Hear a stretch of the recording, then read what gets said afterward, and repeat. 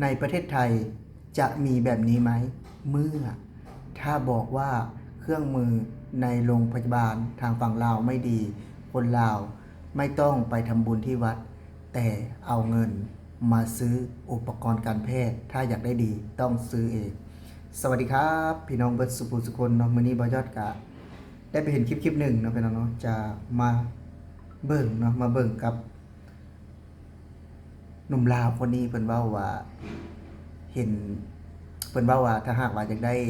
อุปกรณ์การแพทย์ดีออกเงินมาซื้อเองประมาณนี้นะแบบว่าพี่น้องแบบว่าพี่คนลาวก็ไปตำหนิเนาะว่ามีแบบว่าเพิ่นมาป่วยอยู่ไทยหั่นน่ะเนาะเพิ่นบ่ป่วยอยู่ลาวเพราะว่าอุปกรณ์การแพทย์มันบ่ดีประมาณนี้นะเพิ่นก็เลยออกมาเว้าเนาะถ้าหากได้อยากให้ได้ดีก็ซื้อเองเดี๋ยวบ่อยากจะเปิดให้ฟังเนาะเนาะอันนี้ไม่ได้หมายความว่าเป็นเหมือนทุกคนเหมารวมทุกคนเดิมมีบางคนเนาะที่มักเว้าให้หมอลาวเขาเนาะว่าเครื่องมือโบราณสมัยจังสันจังซี่เบิ่งฟังเนาะพี่น้องแล้ววันนี้ค่อยชิมมาเว้าให้ฟังเด้อถ้าหากเอาฮู้ว่าเครื่องมืออยู่ในหมอลาวเขาบ่ทันสมัยนี้นะเวลาที่เฮาเฮ็ดบุญเนี่ยเฮาอย่าไปเฮ็ดบุญอยู่วัดเพียงอย่างเดียว ให้เฮาเฮ็ดบุญอยู่ในหมอแน่เวลาไปวัดไปวาเนี่ยไปถวายเงินให้พระให้ครูบาอาจารย์สร้างวัดสร้างวาเป็น10 20 ล้านเป็น100 ล้านเขายังเฮ็ดได้แต่ไม่ได้หมายความว่าไปเฮ็ดวัดเฮ็ดวาอารามเนี่ยบ่ดีนะมันดีเพราะว่ามันเป็นที่พึ่งทางใจและก็เป็นสิ่งหนึ่งที่ช่วยเฮ็ดให้เฮาเนี่ยสบายจิตสบายใจและก็ได้นับถือกราบไหว้ครูบาอาจารย์อยู่วัดนับถือทางพระพุทธศาสนาของลาวเฮานี่แหละเพราะว่าเฮาเป็นศาสนาพุทธเด้แต่ให้เฮาคิดว่าเวลาเฮาป่วยเฮาบ่ได้ไปนอนอยู่วัดเฮาไปนอนอยู่ห้องหมอฉะนั้นเวลาเฮาไปเฮ็ดบุญเนี่ยให้เฮาเอาเงินไปสมทบทุนเพิ่นไปบริจาคให้เพิ่นไปซื้อเครื่องมือมาไว้เวลาเฮาป่วยเฮาเจ็บเนี่ยเฮาจึงได้ไปได้นำใช้เครื่องมือที่ทันสมัยหรือว่าคนทั่วประเทศลาวเนี่ยเวลาเขาเจ้าเจ็บเขาเจ้าป่วยเขาเจ้ามาใช้บริการอยู่ในห้องหมอเครื่องมือที่เฮาเอาเงินไปสมทบนะเพิ่นซื้อมาทุกคนได้มาปิ่นปัวก็ถือว่าเฮาได้บุญแล้วเนาะอย่าจมหลายคันว่าเฮาจมหลายนะเจ้าบ่ช่วยหยังได้เลยมันก็บ่เป็นการดีฉะนั้นเฮาก็สมทบทุนให้เพิ่นแน่บ่แม่นว่าจะไปสมทบทุนอยู่แต่วัดเวลาจะตายแล้วแม่นไปปัวอยู่ห้องหมอมันปัวดีแล้ว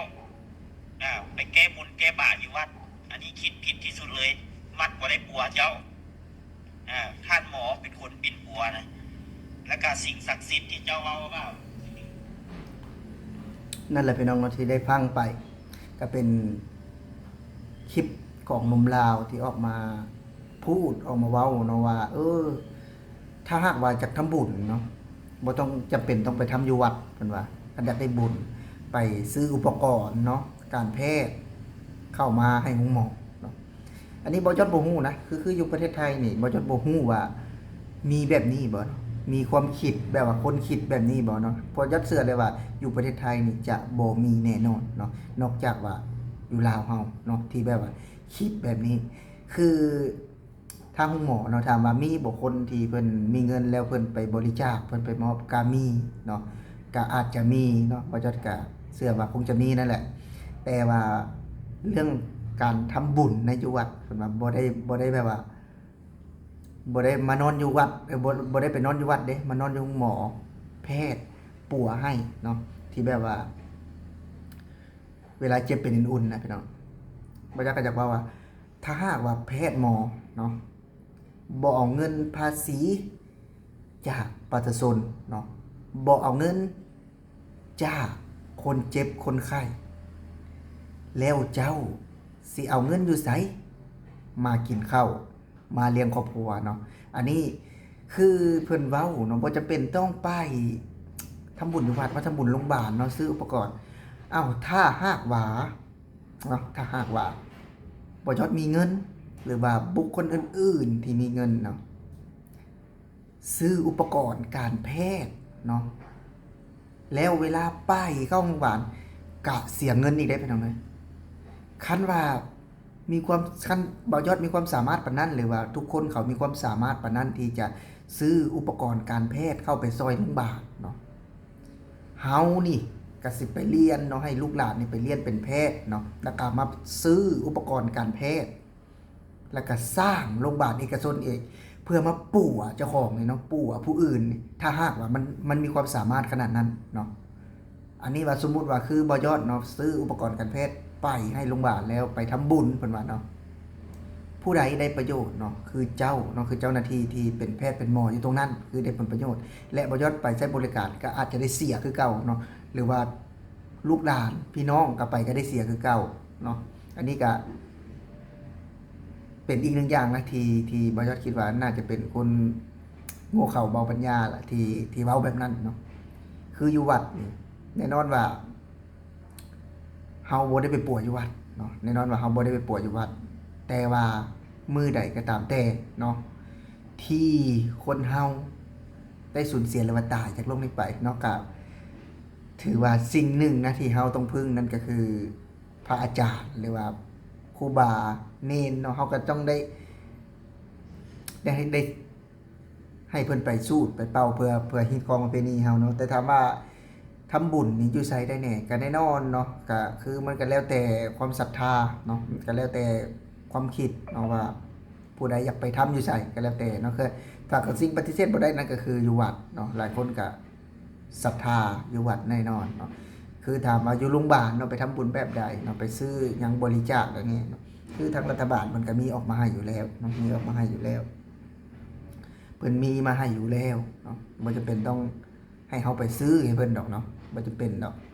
เพราะว่าคือจังเว้าเลยเนาะถ้าหากว่าเฮามีเงินเหลือพอเนาะก็บ่ได้ว่าเนาะผู้ใดที่อยากจะไปซอยก็บ่ได้ว่าก็บ่ได้ว่าเนาะอยากเข้าไปซอยเหลือในตรงนั้นและคือเขาที่เขาไปปัวอยู่ฝั่งไทยเนาะก็คือความสบายใจเนาะก็คือความทันสมัยที่เฮ็ดให้คนเฮานี่ข้ามไปปัวอยู่ฝั่งพุ่นเนาะแต่ถ้าหากว่าคือบ้านเฮานี่มันทันสมัยแล้วแน่นอน